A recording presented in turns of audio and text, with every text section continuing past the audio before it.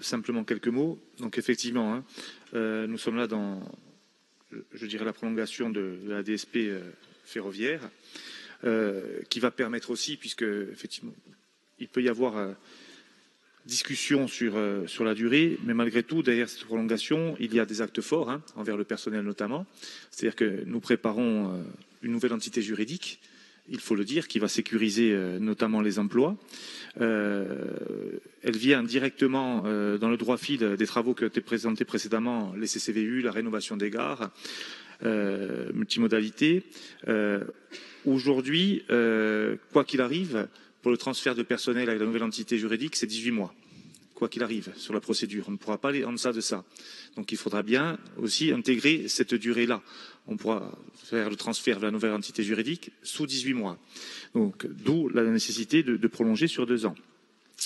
Ensuite, nous devons motiver cette prolongation aussi par un changement de métier.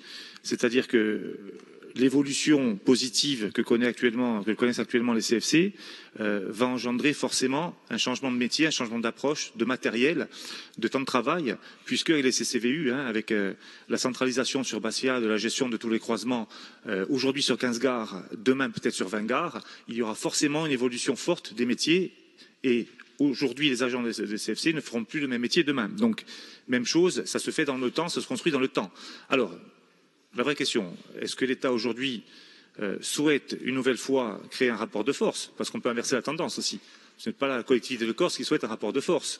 Aujourd'hui, est-ce que l'État veut engager un rapport de force alors que, objectivement, changement de métier, transfert de personnel, l'attente aussi, il faut le dire. Pourquoi y a-t-il aussi du retard? L'attente de l'aboutissement des dossiers du PTIC.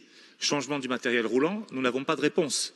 Aujourd'hui, le matériel roulant que nous connaissons, nous l'espérons tous, ne sera plus le même demain, avec les CCVU et les nouveaux traciers. Si on veut aussi aller vers une modalité différente sur les transports, il va bien falloir améliorer les moyens roulants. C'est ce que présente aussi et ce que propose aussi cette prolongation de DSP. Nous attendons aussi de la part de l'État. Nous ne l'avons pas abordé hier, car le sujet était assez grave sur la condamnation. Nous n'avons pas abordé le PTIC, mais on peut en parler rapidement ici aussi. Comme les collectivités, et toutes les collectivités, qu'il s'agisse des collectivités sur Ajaccio, sur Bastia, les intercos, les communes, nous sommes tous dans l'attente d'un règlement bien clair sur le PTIC. Les CFC aussi. Comment seront financés les futurs matériels roulants? 30%, 40%, 70%, 80% comme annoncé.